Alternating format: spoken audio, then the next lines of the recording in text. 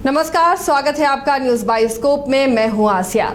राज्य में ईडी की कार्रवाई लगातार हो रही है और इसे मुद्दा भी बनाते जा रही है। सत्ता पक्ष हो या विपक्ष, दोनों ही अपने अपने तरीके से इसका आकलन कर रही है इस कार्रवाई पर। जहां विपक्ष सरकार को घेरने की हर मुमकिन कोशिश कर रहा है, तो वहीं सत्ता पक्ष भी अपने तरीके से इसका राजनीतिक इस्तेमाल का आरोप लगाता रहा है। इस बीच चर्चा में रहे मंत्री आलमगीर आलम, जिन पर कार्रवाई ईडी ने की, उन्हें गिरफ्तार किया गया पूछताछ के लिए और अब आलमगीर आलम को फिर से रिमांड पर ईडी ने लिया है। 3 दिनों की रिमांड उन्हें मिली है। 2 बार की रिमांड अवधि उनके खत्म हो गई। अब तीसरे बार रिमांड पर ईडी ने लिया है और पूछताछ के बाद कई और अहम जानकारियां मिल सकती हैं।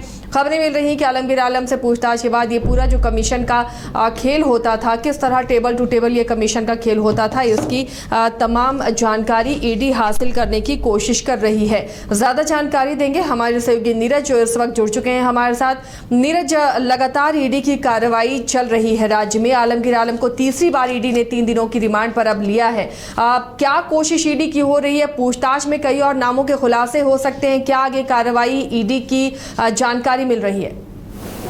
देखिए, पीएमएलए की विशेष अदालत में एक बार फिर से मंत्री आलमगीर आलम को ईडी की ओर से पेश किया गया था, क्योंकि 5 दिनों की रिमांड अवधि आज समाप्त हो गया था। ऐसे में एक बार फिर से उन्हें पीएमएलए की विशेष अदालत में कड़ी सुरक्षा के साथ लाया गया और 3 दिनों का आग्रह कोर्ट से किया गया था और भी पूछताछ होना है। उसके लिए कोर्ट ने उनके आग्रह को स्वीकार करते हुए 3 दिन का रिमांड अवधि बढ़ा दिया है और इन 3 दिनों में बहुत सारे जो राज है वो उगलवाने की कोशिश ईडी की टीम करेगी। लेकिन आज जो रिमांड पिटीशन दाखिल किया गया था कोर्ट में, उस रिमांड पिटीशन में बहुत सारे बातों का जिक्र किया गया है।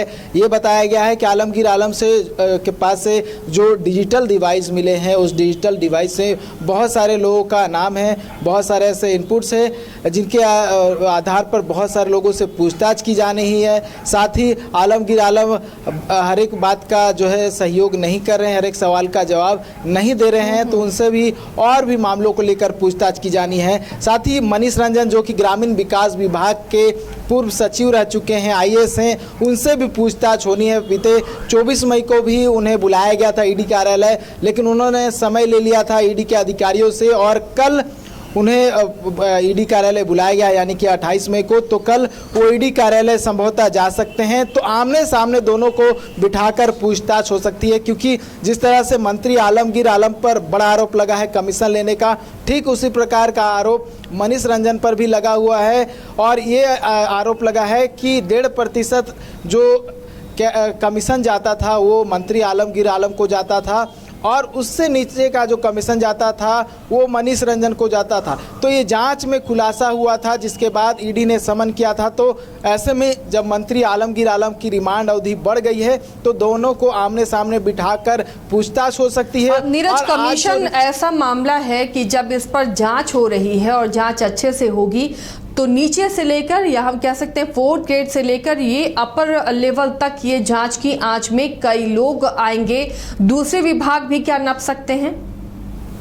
देखिए, बिल्कुल, क्योंकि जैसे ही जांच की प्रक्रिया आगे बढ़ रही है, बहुत सारे लोगों की मुश्किलें बढ़ती हुई दिखाई दे रही है। और जिस तरह आपने कहा कि जांच की आंच बहुत सारे लोगों तक पहुंचेगी। और देखिए, जैसे जैसे जांच बढ़ी है, नया नया खुलासा देखने को मिला है, जहां ईडी ने बताया कि लगभग 3000 करोड़ का जो टेंडर कमीशन मामले से जो मनी लॉन्ड्रिंग का मामला जुड़ा हुआ है, उसमें कहीं ना कहीं घोटाले का आरोप लगाया गया है। और ना ही सिर्फ भारत में बल्कि बांग्लादेश में भी पैसे पहुंचाए गए हैं, ये बड़ा आरोप लगाया गया था। तो कहीं ना कहीं उन लोगों तक पहुंचने की ईडी की कोशिश है। साथ ही ये भी बताया गया है कि बहुत सारे बेनिफिशियरीज हैं जिन्हें लाभ मिला है, वैसे लोग अभी भी ईडी के रडार पर नहीं आए हैं। तो हो सकता है कि पूछताछ में वैसे लोग जो अभी भी सामने नहीं आए हैं, पर्दे के पीछे हैं, उनका नाम सामने नहीं आया है, हो सकता है कि पूछताछ के बाद वो ईडी के रडार पर आए और उनसे भी मामले को लेकर पूछताछ हो सकती है और उनकी भी मुश्किलें बढ़ सकती हैं। लेकिन अगर बात करें आसिया सबसे महत्वपूर्ण खबर की, महत्वपूर्ण विषय की, तो कल मनीष रंजन से पूछताछ होनी है। और ये बताया जा रहा है कि अगर मनीष रंजन की पूरे मामले में संलिप्तता है और जो आरोप लग रहा है कि उन्होंने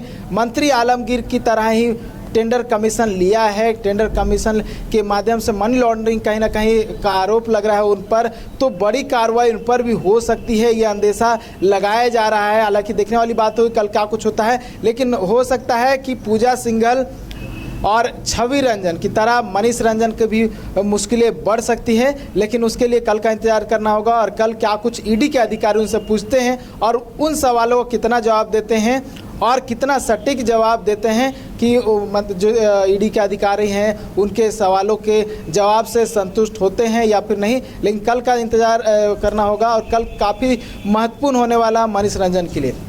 तो कल का दिन बहुत महत्वपूर्ण है और ईडी लगातार अगर इस तरह जांच करती रही है, जांच में कुछ लगा कि अब गिरफ्तार करना चाहिए तो गिरफ्तारी भी मुमकिन है।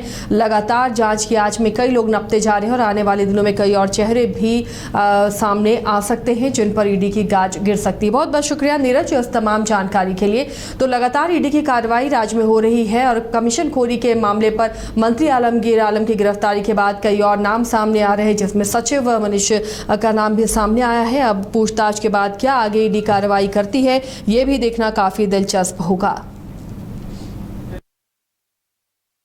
एलीट इंस्टीट्यूट, अगर आपके अंदर चाह है तो एलीट आपकी राह है। IIT हो या मेडिकल, आप चाहते हैं अपने आप को उत्कृष्ट दिखाना, आप चाहते हैं खुद को एक IITian के रूप में दिखना या मेडिकल के क्षेत्र में आगे बढ़ना, तो एलीट आपके लिए एक बहुत बड़ी ताकत के साथ आपके सामने है। आइए, खुलिए, बढ़िए, पहुंचिए। Elite institute.